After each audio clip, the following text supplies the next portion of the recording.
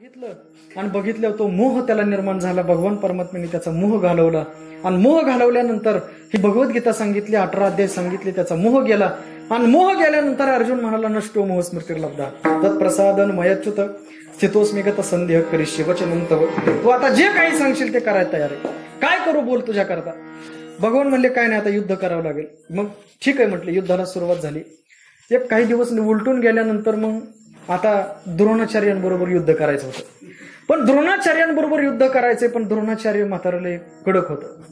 त्यांचं वर्णन करताना ज्ञानोबा म्हणतात, एक एकाचेनी मनोव्यापारे हे विश्वची होय संहारे. द्रोणाचार्यांकडे, कृपाचार्यांकडे, भीष्माचार्यांकडे असली पावर होती की सगळी पृथ्वीच्या पृथ्वी पाताळात घालू शकते, इतकी पावर त्यांच्याकडे होती. आणि मग द्रोणाचार्यांना मारायचं कसं काय, तर त्याची योजना भगवान परमात्म्याने 5-6 वर्षापूर्वीच करून ठेवली होती. कशी केली ते ऐका. देव चतुर आहे बरं का. आणि मग द्रोणाचार्यांना मारायचंय. द्रोणाचार्यांच्या पोराचं नाव होतं अश्वत्थामा. अश्वत्थामा हा चिरंजीव होता. चिरंजीव 7 जण सांगितलेत आपल्याला बरं का. अश्वत्थामा, बलिर्व्यासो, हनुमानवश, विभीषण, कृप परशुरामश, सप्तैती चिरंजीव, असे 7 जण चिरंजीव सांगितलेत. त्याच्यातला अश्वत्थामा पहिला चिरंजीव आहे बरं का. द्रोणाचार्याने आपल्या पोराला चिरंजीव केला. तो मरू शकत नाही, बराच काळ तो टिकू शकणार आहे. आजही अश्वत्थामा जिवंत आहे. ऐका. आणि मग प्रसंग असा झाला, अश्वत्थामा मरू शकत नव्हता आणि द्रोणाचार्य सुद्धा वीर होते. ते त्यांचा कुणीच पाडाव करू शकत नव्हते, कुणी त्यांना मारू शकत नव्हतं. त्यांच्या जर हातात धनुष्यबाण असेल तर साक्षात भगवंतच फक्त त्यांना हरवू शकत होता. जगातली एकही व्यक्ती त्यांना हरवू शकत नव्हती. इतकं ताकद त्यांच्याकडे होती, कुणीच जगातला त्यांना हरवू शकत नव्हता. आणि मग असली जर ताकद त्यांच्याकडे असेल आणि तर मग का कौरवांचा विजय होणार नाही. पण त्याला मारण्याकरिता भगवंताने 5-6 वर्षापूर्वीच नियोजन केलं. काय केलं ऐका. द्रोणाचार्यांना मारायचंय.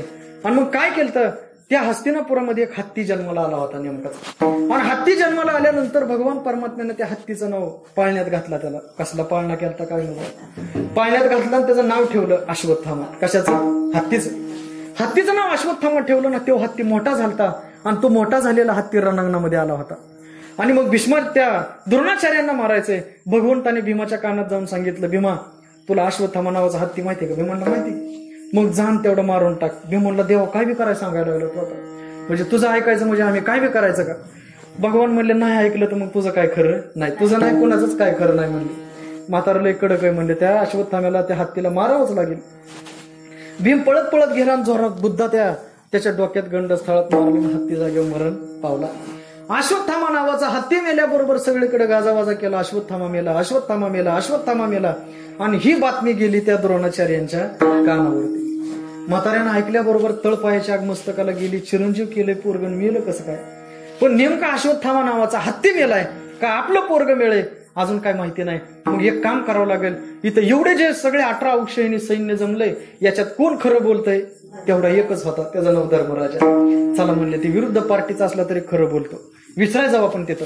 आणि तो विचारायला निघाला की भगवान लगेच धर्माकडे गेले. धर्माच्या कानात सांगितलं, धर्म खोटं बोलावं लागतंय बाबा. धर्म म्हणले नाही जमायचं आपल्याला, माझं नाव धर्म आहे, धर्म कधी खोटं बोलू शकत नाही. भगवान म्हणले खोटं नसलं नाही बोलला तर मग तुमचं काहीच खरं नाही. बोलतो म्हणले काय बोलायचं. भगवान म्हणले खोटं नाही बोलायचं, खरंच बोलायचे, फक्त आवाजात चढ उतारपणा करायचा. तुला विचारतील अश्वत्थामा नावाचा माझा पोरगा मेला का अश्वत्थामा नावाचा हत्ती मेला, फक्त नरो म्हणताना मोठ्याने म्हणायचं, वाट कुंजरो हळू म्हण की काय फरक पडला, खरंच बोल, फक्त आवाजात चढ उतार करणं. मग ठीक आहे म्हटले, काय हरकत नाही. तेवढे ते म्हातारं पळत पळत आलं. द्रोणाचार्याने विचारलं, धर्मा अश्वत्थामा मेलाय, मग नेमका हत्ती मेलाय का माझं पोरग मेलंय. मोठ्यानं म्हणलं नरो, आणि त्याच्या कानावर नरो आलं. आणि हळूच म्हणलं वा कुंजरो वा, म्हणजे नर मेलाय, तुझं पोरग मेलंय का हत्ती मेलाय मला माहिती नाही. पण नरो म्हणलेलं तेवढं ऐकलं. लगेच द्रोणाचार्य रथात गेले, आसन सिद्ध केलं, आपला प्राण शरीरातनं बाहेर काढला आणि आपल्या पोराला चिरंजीव केलंय. पण कोण त्याचा प्राण घेऊन गेले म्हणून त्याचा प्राण शोधण्याकरिता म्हाताऱ्याचा प्राण तिथनं बाहेर पडला. आणि मग भगवान परमात्म्याने अर्जुनाला सांगितलं, अर्जुना सापडली संधी, बरवी ही वेळ सापडली संधी, चांगली संधी मिळाली. अर्जुन म्हणला कसली संधी. म्हणले त्या म्हाताऱ्याचं मुंडकं आधी बाजूला कर. अर्जुन म्हणला देवा काय बी सांगायला लागले आम्हाला, निशस्त्र असणाऱ्या माणसावरती कसं आपण बाण चालवावा. भगवान म्हणले आता जर बाण चालवलं नाही तर तुमचं काहीच खरं नाही. अर्जुन मला चालवतो, तुझंच ऐकायचंय आम्हाला. बाण चालवला आणि द्रोणाचार्यांचं मुंडकं तिथून वेगळं केलं. तेव्हा ते म्हातारं मेलं बरं का. हे भगवान परमात्मा चतुर आहे. आणि मग धर्माचं रक्षण करण्याकरिता भगवान परमात्म्यानं केलेली ह्या सगळ्या लीला आहेत. एक प्रसंग सांगतो पुढे जातो ऐका. हे सगळं झालं, सगळं कौरव पांडवांचं युद्ध झालं आणि एकदा अर्जुनाला अहंकार झाला होता की मी धनुर्धरेन, माझ्यामुळे हे सगळं घडलं. आणि मग असा अहंकार निर्माण झाला आणि देवाच्या लक्षात आलं की अर्जुनाला अहंकार झालाय, मग काय करावं. अर्जुनाला बरोबर घेतलं आणि भगवान परमात्मा एका आपट्याच्या झाडाकडे गेलं. त्या जे आपट्याच्या झाडाकडे गेलं त्या आपट्याच्या झाडावर एक बबरू तिथं बसला होता, त्याला गादी बिदी टाकून दिली. आता बबरू कोण? भीमाचा पोरगा, हिडिंबा नावाच्या एका राक्षसीने पासून झालेला तो बबरू. हा बबरू एक असा होता, फार शक्तिशाली होता, पण भगवंताने त्याला आधीच गार करून ठेवला होता, कारण ते कौरवाच्या जायच्या मागं होता. तिथंच गार केलं आणि त्याने एक विनंती केली ती, देवा मला युद्ध बघायचे. मग त्याला तिथं आपट्याच्या झाडावरती तिथे एक गादी टाकून त्या बबरूला तिथं बसवलं होतं आणि सगळं कौरव पांडवाचं युद्ध त्यांनी बघितलं होतं. अर्जुन भगवान परमात्मा त्याच्याजवळ गेले आणि तिथं गेल्यानंतर भगवान परमात्मा बबरूला म्हणतात, बबरू जागाय का रे? बबरूनं सांगितलं, देवा जागाच आहे, झोपलोच नाही, तुमचं सगळं युद्ध होईपर्यंत मी जागाच आहे. बरं, युद्ध बघितलं तू? हा म्हणले बघितलं. मग कौरव पांडवांचं युद्ध झालं? हा म्हणले झालं की. मग कुणाचा काय पराक्रम होता तेवढं सांग ना. अर्जुनाचा पराक्रम सांग, भीमाचा पराक्रम सांग, धर्मराजाचा, नकुल सहदेवाचा पराक्रम काय होता सांग ना. बबरूनं सांगितलं, देवा खरं सांगू तुम्हाला, कुणाचाच काय पराक्रम नव्हता. आणि मग एवढं युद्ध बघितलं, म्हणले युद्ध सगळं बघितलं आणि माझ्या सगळं लक्षात आलं कुणीच काय करत नव्हतं. हे सगळे 5 पांडव म्हणजे तुमच्या हातातले शस्त्र होते, तुम्हीच सगळे कौरव मारून टाकलेत देवा, आणि लोकांना दाखवताय की ह्या 5 पांडवांनी मारले. जागेवर अहंकार निघून गेला महाराज. आणि म्हणून भगवान परमात्मा सार्वभौम आहे आणि असा असणारा भगवान पहिल्यांदा चतुर आहे. पण महादेव परमात्मा बघितलं तर त्याच्यासारखा भोळा दुसरा आहे.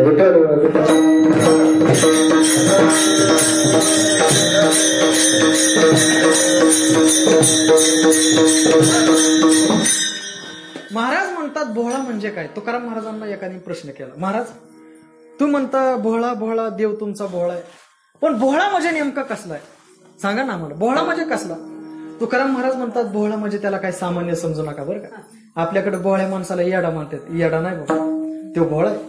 भोळा म्हणजे असा भोळा आहे, भोळा हा कळी काळावर सत्ता करतो. विठ्ठल विठ्ठल विठ्ठल तुका म्हणे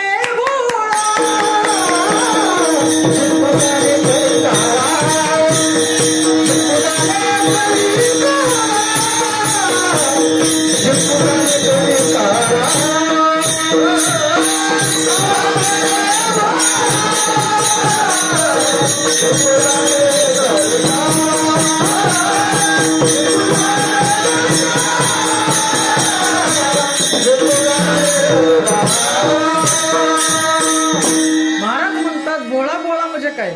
भोळा म्हणजे कळी काळावर मात करतो त्याला भोळा म्हणतात बरं का. भोळा कुणाला म्हणावं? ज्याच्यावर विठ्ठलाची कृपा आहे त्याला भोळा म्हणावं. तो का म्हणे भोळी विठ्ठल कृपेचे भोळे. आणि म्हणून असा भोळा आहे महाराज बरं का भगवान परमात्मा, फार भोळा आहे महाराज. किती भोळा एक सांगतो आहे महाराज ऐका. काय झालं, ही जी लंका आहे रावणाची महाराज, ही लंका असं म्हणतात ती महादेवानं निर्माण केली, महादेवाची लंका होती. आणि मग झालं असं, लंका निर्माण केली. आता लंका निर्माण केली म्हणल्यावर कसलं बी घर बांधलं की त्याची पूजा करावी लागते. आणि मग लंकेची पूजा करायची, मग लंकेची वास्तुशांती करायची. कुणाला बोलवायचं? सगळ्यांनी मग मीटिंग ठरवली, म्हणले चांगला वेदशास्त्र संपन्न पंडित पाहिजे. मग कोण आहे तिथं?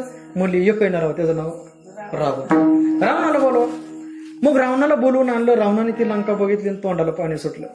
तसल्या तोंडाला पाणी सुटलेलं तसल्या अवस्थेत त्यांनी पूजा केली. सगळं काही केलं, वास्तुशांती झाली. आणि वास्तुशांती झाल्यानंतर रावण गेला महादेवाचं दर्शन घ्यायला. महादेव म्हणले फार सुंदर पूजा केली, काय तुमची दक्षिणा द्यायची? रावणानं सांगितले लंका दिली तर बरं होईल. दिली लंका महाराज. किती भोळा विचार करा.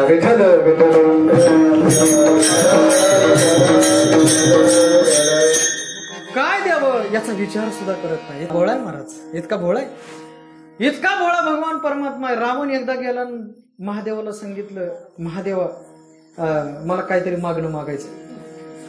मग महादेवानं सांगितलं बोल ना तुला काय पाहिजे. मग रावणानं काहीतरी चांगलं मागून घ्यावं. रावण म्हणला पार्वती पाहिजे मला.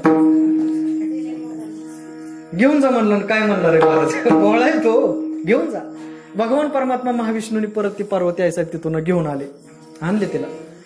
पण आणि ती जी मंदोदरी होती ती मंदोदरी रावणाच्या गळ्यात परत टाकली. असा एक मोठा इतिहास आहे त्याचा. पण भगवान परमात्मा महादेव हे फार भोळे बरं का, भोळे महाराज. काही तुम्ही मागा तुम्हाला द्यायला तयार होणार, थोडीशी सेवा केली तरी द्यायला तयार होणार बरं का.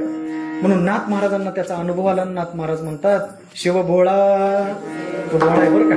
आणि दुसरं एक आहे त्याचं दुसरं विशेषण लावलं चक्रवर्ती. चक्रवर्ती म्हणजे सार्वभौम राज्य करणारा असा राजा म्हणजे भगवान परमात्मा महादेव. दोनच राजे आहेत बरं का, दोनच राजे. पहिले आहेत भगवान परमात्मा महादेव आणि दुसरे आहेत कैवल्य चक्रवर्ती ज्ञानोबा. हे दोघच राज्य करणार आहेत महाराज, सर्वांवरती राज्य करणार आहेत. ज्ञानोबा राज्य करतात का, कसं राज्य करतात ऐका. ज्ञानोबरायांची जी समाधी ना महाराज, ही ज्ञानोबरायांची समाधी म्हणजे मुख्य पॉइंटला आहे बरं.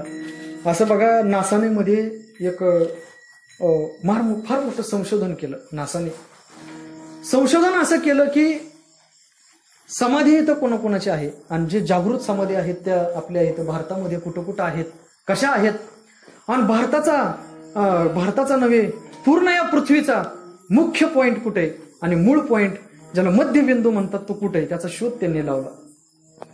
आणि मग तो शोध लावत असताना जिथं जिथं समाध्या घेतलेल्या आहेत, ज्या जागृत समाध्या आहेत तिथं त्यांना ज्योत दिसायला लागली. नासामध्ये बरं का, ज्योत दिसायला लागली. पण सगळ्यात मोठी ज्योत दिसली ती आळंदीला दिसली ज्ञानोबारांच्या समाधीत.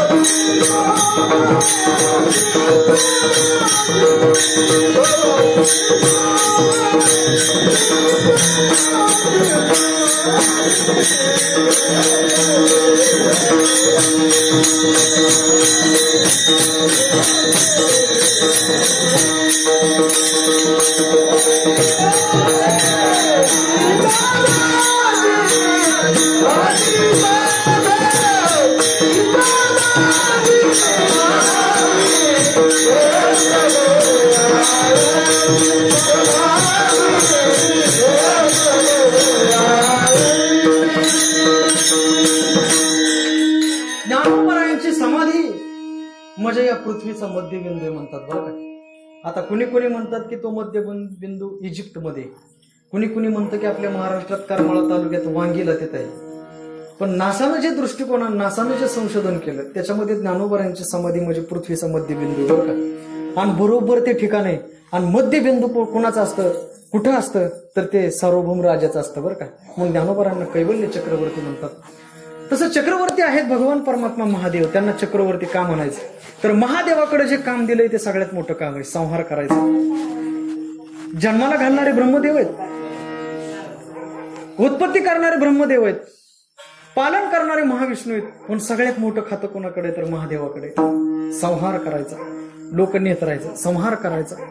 आणि मग असं जे मोठं खातं महादेवाकडे आहे आणि ते खातं सगळ्यात मोठे म्हणून त्यांना चक्रवर्ती म्हणलं जातं.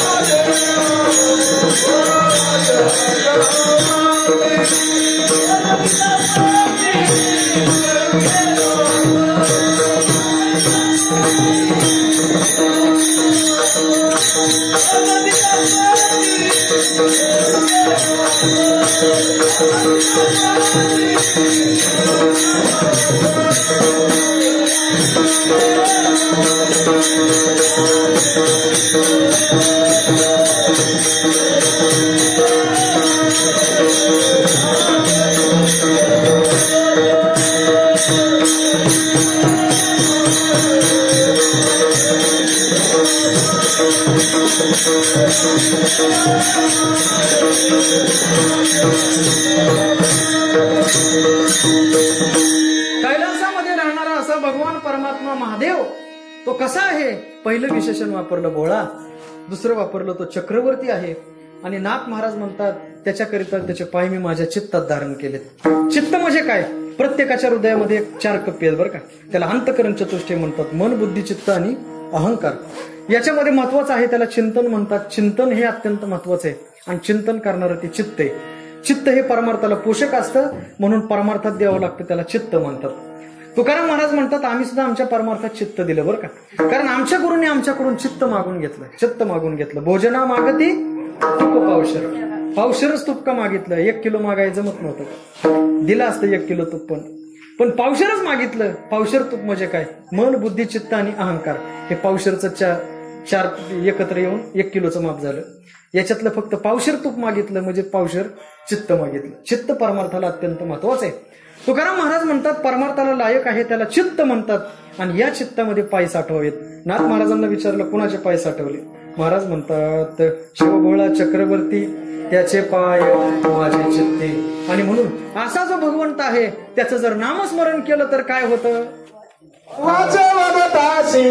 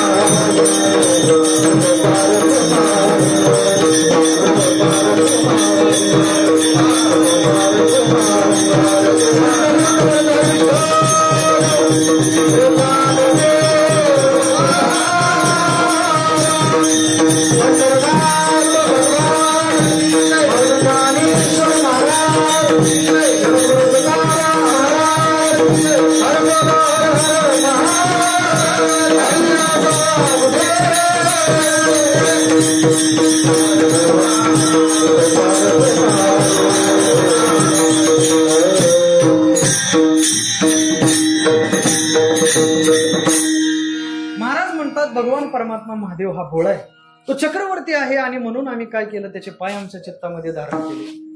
आणि भगवान परमात्मा महादेवाचं जर चिंतन केलं, जर त्याचं नामस्मरण केलं, वाचे वदता शिवनाम तयान बाधी क्रोधकाम. महाराज म्हणतात त्याचं नामस्मरण जर केलं तर जीवनामध्ये कधीच क्रोधही निर्माण होणार नाही, कधी कामही अंतःकरणात येणार नाही. इतकी ताकद आहे देवाच्या नामामध्ये. पांडुरंगाचं नामस्मरण करा, महादेवाचं नामस्मरण करा. नामस्मरणामध्ये फार मोठी ताकद आहे, फार मोठी ताकद आहे. सगळे देव एकच आहेत, पण नामस्मरण हे इतकी मोठी ताकद त्याच्यामध्ये आहे. जे नामस्मरण करतात त्याचं कामही जातं, क्रोधही निघून जातं. आणि नामस्मरण फार सोपं आहे बरं का. नाम संकीर्तन साधन पैसो